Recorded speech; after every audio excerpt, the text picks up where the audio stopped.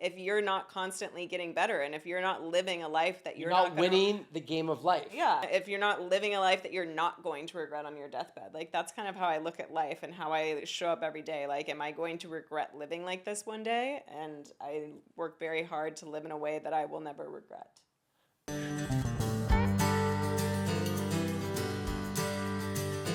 All right, welcome back. So, our last episode was a little heavy. We're trying to go a little lighter now. You said you had an episode or a topic, but I want to pull another card because I thought that was kind of fun. So these cards are brand new to us, and if your relationship is, we're gonna do a pretend commercial. All right. Sometimes if you want an endorsement deal, sometimes you just make up your own, right? So let me see. They're called Tails, right? It is a couple's card. It's a way to connect. The card to rediscover your partner. Oh my gosh. So if you are really, a little distant from your loved one, why don't you get some of these cards and do something silly? Let us show you how to If do the it. conversation has run stale, you've run out of things to say to your partner, why don't you pick up a box of tails and reignite your passion? Yeah, when masturbation has lost its thrill. That was my version. Yeah, perfect. Yeah, Green Day, Tell me about a relationship that inspires you. So this is huge. This is huge. I think about this quite often. I think I look at people older than me. I'm looking for a mentor on who has an amazing relationship, who has raised a beautiful family, has loved a beautiful woman, and has been successful and balanced work and family in life. And I look and I go, there's not many examples of that. That is my goals in life right there, right? To live a happy, healthy, full life and love my family and love my work. There's a few. You know who it is? My mom has friends, Gary and Cheryl. I'll say their name because I love them.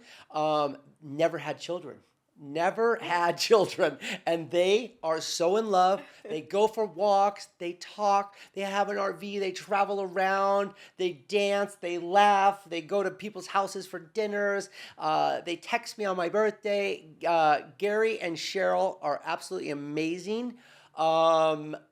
There is a local businessman here that I just think he has the best relationship with his wife and his kids, and he's highly successful, and he's always laughing, always having a good time, and just like people like that just blow my mind with inspiration because unfortunately, massive percentage of people have not won at what I consider life. Yeah.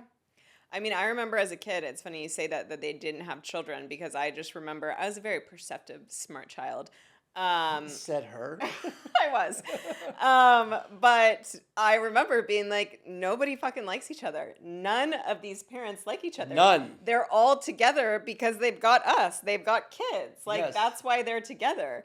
And so I was blown away by like couples who chose not to have kids because I knew a couple of them.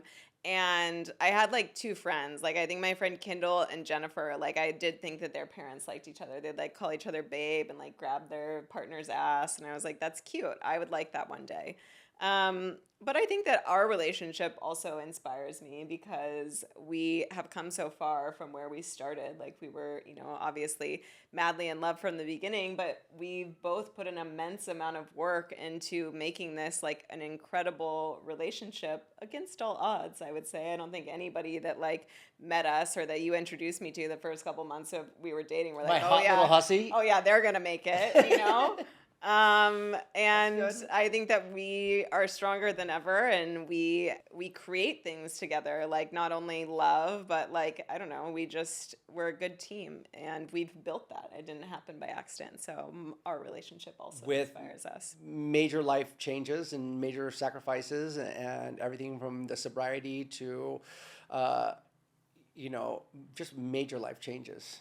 And we're constantly still exploring and working and trying to evolve and become better people and better partners and better pillars of our community. Yeah, we never let things get stagnant this way. But I think it's very important to look around you and say, who is doing life the way you think you should? When I want to learn more about the restaurant business, or I want to learn more about the TV business, or I want to learn more about the CPG world, I look at people who did it right and I study them and I'm go, how did they do it? I like look at that restaurateur, Sam Fox. Holy Jesus, he's like written the whole story on how to be successful. Like I'm trying to emulate as many of the things that he does. How does he train his staff? How does he build training tools and systems and balance and culture and all those things? Same thing. Like, oh my God, that company's absolutely killing it in the market. What are they doing? Who are they outreaching? And like in life too. Like, oh my God, I want to have a happy, healthy family, and I fucked it up a lot for half my life.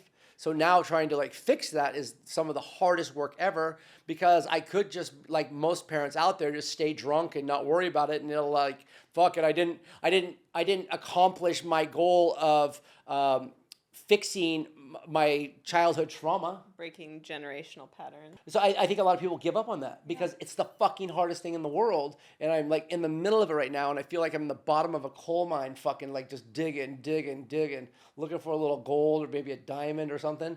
But I'm getting black lung paw. Black lung paw. All right, what movie? What movie? What movie? Do you got it? No, I don't know. It's Zoolander. Oh, it's so good. Okay. And just remembering that things that you see on Instagram are not always reality. So if you're basing the relationships that inspire you based off couples who do skits or like try to post their happy family on Instagram, Or they have a podcast where they're just like, oh, they seem so happy, and they're like trying to tell us how to be happy people and stuff like that. Yeah, we had a little tiff yesterday. I think we're pretty honest on here. Yeah. We might have covered this, but my card says, describe what you were like before we met. Oh my God, I was fucking awesome. I was fucking awesome. It was fucking awesome. Just coming out of a long relationship. I've had freedom. I had like a new sense of being reborn. But as much as I was using alcohol to hide my depression in my earlier years during my bad times in that relationship, I was then using alcohol as my party source. I was just off the chart, just having the best time of my midlife crisis ever. Mm-hmm. But in that is a massive empty void, and I was just filling it with that stupidity, Yeah. And probably breaking down my relationship with my family and my kids even more. But I was giving myself that false sense of happiness. Yeah. I think that's a good assessment. Yeah. I was similar. I wasn't like a big drinker. Like I, would max out at like 3 drinks in a day. But I was enjoying my newfound freedom. I had been in an 8-year relationship, and when you calculate our ages and relationship length, that's about as long as Brian's 20-year marriage. It's on a curve. And I was enjoying being able to be free and be out there, but I think I also felt like ungrounded and unmoored because, I had had the safety of this relationship and now I was on my own. And so I was having a lot of anxiety, but I was also having like the time of my life. And I was living with my dad temporarily, and I was hanging out living with my mom. I was hanging out with all his friends. My best friends were like between age 50 and 60 years old. And I was going to all the bars in Newport and having a lot of interesting new experiences. I like moved myself to Costa Rica for 5 weeks. I went to Aspen for the weekend and met new people. And I felt like I was really living life to its fullest, which I think is an important thing to do, but also knowing like it wasn't true deep happiness. I couldn't keep doing that forever. In reality, though, neither one of us was looking for a long-term relationship. No. We were both pretty happy being out of fucking relationships. Yeah. Yeah. Tails. Do that radio voice again. That was so good. This episode is brought to you by Tails.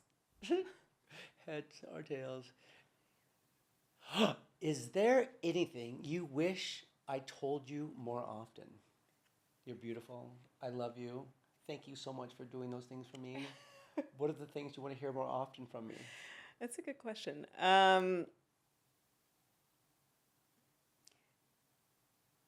I think you do a good I'm job. really good at it, I right? think you do a good job. You did used to write me cards more Oh, often. yep, that was your love I do language. like I haven't having them failed. in written word to refer back to. Mm-hmm, mm-hmm. Um, I'm slacking on that one. and I think noticing all the little things that I do to make our lives good, I would appreciate, because then sometimes when you Thank tell you for me, my protein shake. and like cleaning the kitchen and washing all the towels and making sure, like, that we have people who do all the things that do in our life, and just like all these little things I do, because sometimes you're like, you didn't do this, and I'm like, well, what about the 300 other things I did? Oh my God, you should get a therapist. I was in a fight with one of my kids the other day, and they said, I think you need to call your therapist. And do you know when a young person says that to me, like, I'm lucky the car was off? uh, What do you wish I told you more? I wish you're a great listener. I talk a lot. I run everything by you. I wish you told me my dick was just really big. Like, your cock is so fucking huge. And I'd be like, what? Yeah, yeah. Because I'm still that little boy. I'm still that little boy that's, I mean, as much as we talk about penis positivity and stuff like that, you're still like, oh my God. And you're like, oh, what are you going to do with all that? Like, kind of like that. Like, ah! Like, no, that's just joking. I'm totally fucking around here. Funny. I wish you don't need to tell me anything. You tell me you love me, you appreciate me. I think we're doing really good. Yeah, I think so too. This is nice. These are like limitless cards. How many cards are there here, Tails? We can have a million They're conversations. good questions. This is a good question too. What would you like to do when you retire? I mean, I'll be dead. So, what will you do when I'm dead and you retire? I am blessed, and this is part of our fight yesterday, because I live Because you'll. I live a life that I don't feel like I need to retire from. I enjoy having creative outlets. I also enjoy having time for myself, which I know will change once we have more children. Child. But I think the main thing that I would really love to do when I retire is I just want to get off my fucking phone. I want to throw the phone into a fucking river. I never want to log on to Instagram or TikTok or social media. That's litter. You can't do that. That's fucking, dude. It's fucking, they're Sorry, I gonna won't do rage that. on I'll you. like properly recycle of it. Ugh. But I would really like to disconnect a lot more. I feel like for the things that we do, we have to be pretty connected. And I'm really looking forward to the day when I don't have to be on my phone like at all, and I can be in nature a lot more, and I want to live a little bit of a smaller life when we retire. Like, I don't want to have all these obligations. I don't want you to have all these businesses that you have to attend to. I want to be able to be very focused and very present and disconnected. So when I die, you're gonna sell all my shit? Is that what you just said? No, I'm hoping we can do this while you're alive. Like, Ugh. I'd love to go, like, have a house in Costa Rica where we garden and where we hang out with our kids and everybody comes and visits us. And we don't use social media. We don't show everybody how How cool will our we life know how to is. find people? How will they come visit us? Like, oh, they'll use a telephone. Yeah. Hello? Yeah. We're coming to visit you. Yeah. We'll still use like email and stuff. But I want all this fake social shit. I want play an the game, but iguana, I'm so I want over a it. toucan, and I want a monkey. Yeah, deal. What else can I have? A A crocodile. donkey. I want a donkey. That sounds pretty nice to me. I would sit on a beach. I would really hope that my kids would come visit from time to time and then leave from time to time too. Yeah, they would. But just eat a mango Yeah, and catch fish and old man surf and take my pong out and fish. You know we can afford to do that right now. we could totally just sell everything and just do that right now. I'm interested. No, I mean, like, seriously. It's reminds me of a story of this, like, a fisherman, and this guy comes down and he's like this big educated Westerner, and he's like, sees this guy fishing, and he goes, "Oh my God, you're the best fisherman I've ever seen in my life." He goes, "We should start a company, and you just provide fish for everyone." And he goes, "Well, then what will I do?" "Well, then once we start catching a bunch of fish, we'll build a factory, and we'll have all your friends work, and we'll do all this." He goes, "But then what will I do?" He goes, "Well, then we'll like start importing and exporting all around the country and all around the world, and we'll have this big, huge business, and we'll make a lot of money." He goes, "But then what will I do?" He goes, "Then you'll be able to retire and sit on the beach and relax." And he goes, "And go fishing?" Like that. Yeah. Yeah. Exactly. Go fishing, like right what he's doing right now. Yeah. So what's crazy is we could go do that right now. We totally could. I think I don't know. I'm playing the material game. I'm playing the social game right now because it's something I enjoy in some ways. I don't know, but I also just get disgusted with excess. Like I'm like I don't need to drive such a nice car. I can drive like a Jeep in Costa Rica and just I don't know. I think I like want to get away from all that stuff that I'm participating in. Well, right we can't go for 4 years. now. No, I think like 10 years at least. 10 years. Yeah, that sounds good. Yeah. Put it on the calendar. All right. Card? Sure. Oh my God, this is fun. But would still travel from Costa Rica. We go Oh, to yeah, yeah. Europe. We could go Yeah. to Asia. We could go to South America. I really want to Yeah, go to South I mean, America. we're gonna I want make to travel. We're gonna make a lot of money in these next 10 to 15 years before we retire, so that we can relax and. Travel. And But I think it's important that I said that I feel like I have a life that I don't need to retire from right now. I think that everybody should feel that way in some respect. There are, of course, sacrifices you have to make and a lot of hard shit that we are doing right now. Do you know there's some people sitting out there going, "Well, fuck you, just hanging out with the rich guy." I mean, I'm just saying that's what they're saying right now. Why?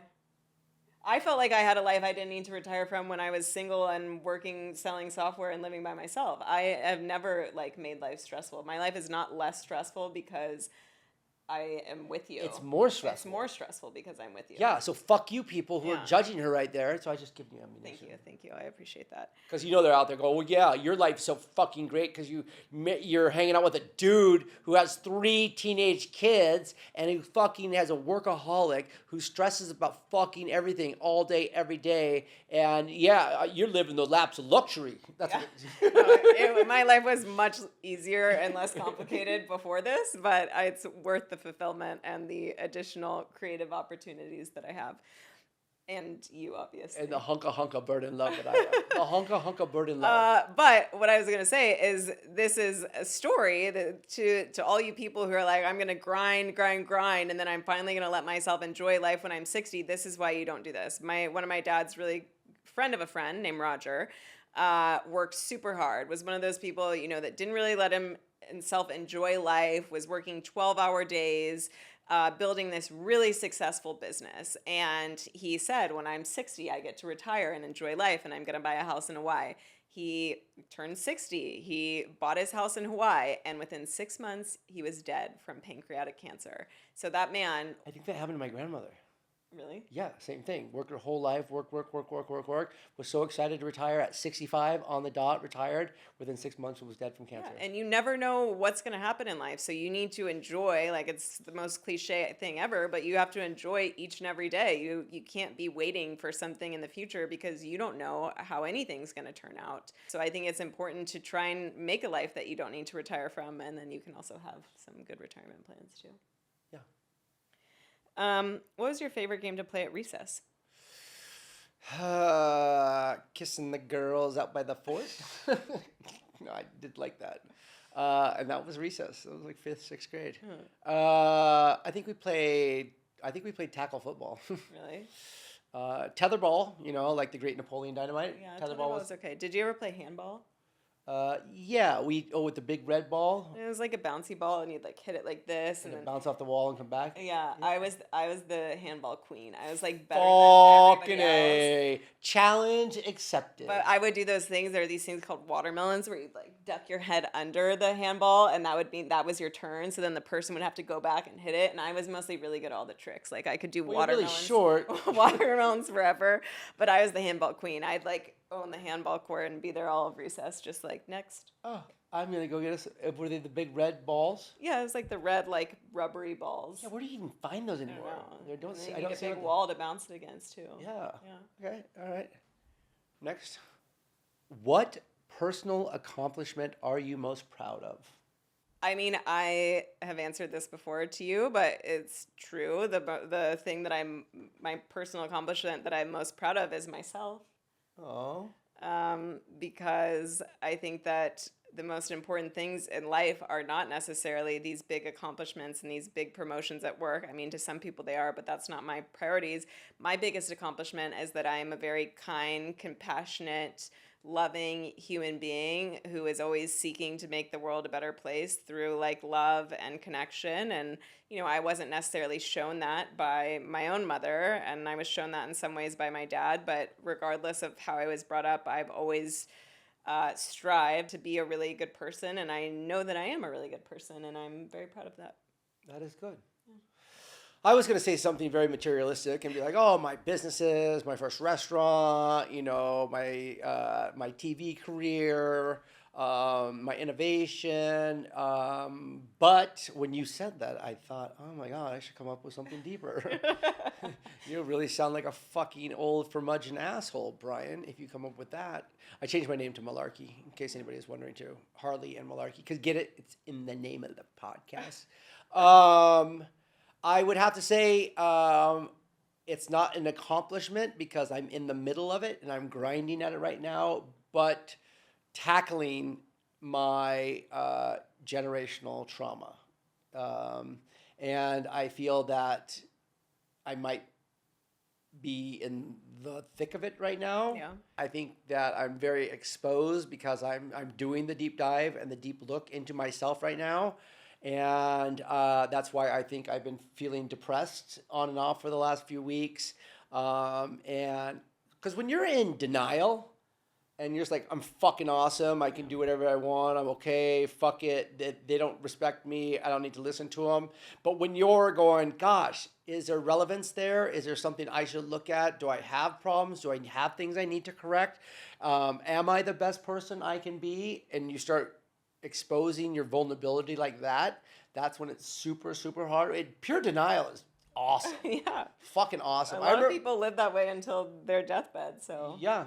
And then I heard it all comes flooding back. So I guess I just don't want to be on that deathbed just going, looking at the truth and going, fuck, I just missed this whole fucking life. Yeah. So I'm facing the music or facing the truth right now. And I remember like when I kind of decided to get on this journey was I did like a Reiki session like 4 years ago, right? And I knew that my fucking relationship was just broken and out of control. And I just knew that I had a lot of obstacles to tackle. And I remember having done Reiki. I think maybe you do this every 20 years or something like that. I remember trying to figure myself out like 20 years ago. And I learned about Reiki and I learned about NLP and neuro-linguistic programming. I was trying to become a better person then. And then you just are like, fuck it, that's too hard. I'm going to go back to just straight denial and alcoholism, right? Where it's so easy. Definitely the easiest route. But I remember this Reiki session, and it was the first time I'd done any kind of self-improvement work on myself for years. And I was like, God, do I want to open this safe up again? Do I want to open this up? Because it's going to be fucking exhausting. Yeah. And here I am 4 or 5 years later, and it's fucking exhausting, but it's the only way that I can. As hard as it is, the reward, finding a relationship like this, salvaging my relationship with my children and fixing that, and just knowing that I'm making an effort to fix the past, it's not my accomplishment, but it is my life's journey. I am very proud of you. I mean, I think very few people are brave enough to truly look at themselves and see, where have I gone wrong? How can I heal? How can I make it better? And like really become dedicated to it. And I'm grateful that I get to be by your side. Thank God you're here, because I'd be fucking back to boozing and smoking cigarettes, and it just, oh God, it is so easy just to numb themselves and not make strides in this world. But I firmly believe that we are here to accomplish things and move ourselves farther down, as you have said, down the spiritual path. Yeah. I mean, what would be the point if you don't learn and grow and change? Like if you just show up every day on autopilot, I've started learning about sim theory, that we're all living in a simulation, and that we could be like it's an opportunity, it's potential, but uh, that we're all players basically in this video game. And even if you're fucking players in the video game, like, don't you want to advance to the next level? The only people that don't advance to the next level are the non-player characters who are just there as fucking filler people. Do you want to be a filler person? Like, what's the point of being here? Whether you believe in spirituality, simulation theory, atheism, if you're not constantly getting better, and if you're not living a life that You're you're not not gonna, winning the game of life. yeah, if you're not living a life that you're not going to regret on your deathbed. Like, that's kind of how I look at life and how I show up every day. Like, am I going to regret living like this one day? And I work very hard to live in a way that I will never regret. The shaman in Big Sur, he told us that 90 what percent of people are not 99. 99% of people on this planet aren't engaged with their life. He was more saying that, like, they've all become separated from, like, love, and that love is what connects us all, and that we're all like one organism connected, which is like hard to wrap your head around, but that, like, to remember that we are love and to get out of our ego self. That 99% of people are just attached to their ego and can't see beyond that. Yeah, 99% ego. And it's so hard to not have your ego just protect yourself with a cloud of bullshit. Yeah. We hope that you're playing along with us at home. What are you? We love this game. We're just really pulling cards at random. So Tails, you should pay us for this. At least send us some free decks. Oh, well, this is so funny. And we're going to wrap it up right about here. The Tails Couple Edition is designed to help you strengthen your relationship with your significant other by engaging in a deep and meaningful conversations. The 150 carefully curated questions will challenge you to open up, share personal experiences, and connect with each other on a whole new level. Isn't that what we want in our relationship? It is. Isn't that what it is? Who knew Tails could take us on this life's journey? So like you said, like, if you are having a hard time, remember the 6-second kiss? Yeah. You put together a 6-second kiss and a couple Tails cards every single day. It's going to get better. Holy Jesus.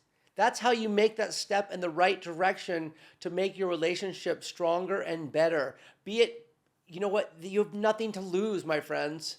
And again, Tails is not paying us. This is just something she brought out. And I think these conversations that we're having, and we're going to continue to draw these cards. And we hope that as you listen to this, you're asking yourself, what is your personal accomplishment? Which personal accomplishment are you most proud of? Like, what is yours? Answer these questions, right? Even if you're not in a relationship and you're just hanging out, get to know yourself better and play some cards. Play Tails. And I'm sure there's a bunch of other ones like this, but wow, I'm sold. One of my friends was talking about how her parents have become very disconnected, and it was kind of the same thing, that they were, focused on raising kids, and now their kids are both out of the house, and that they, like, don't know how to connect, and they just went on a road trip together, and they were in the car for 8 hours, and she's like, I don't feel like I know him any better after that 8-hour road trip. Like, we didn't have anything to talk about. Well, if that's you, if you're in this place in life, like, this is a great resource. Yeah. I love it. Yeah.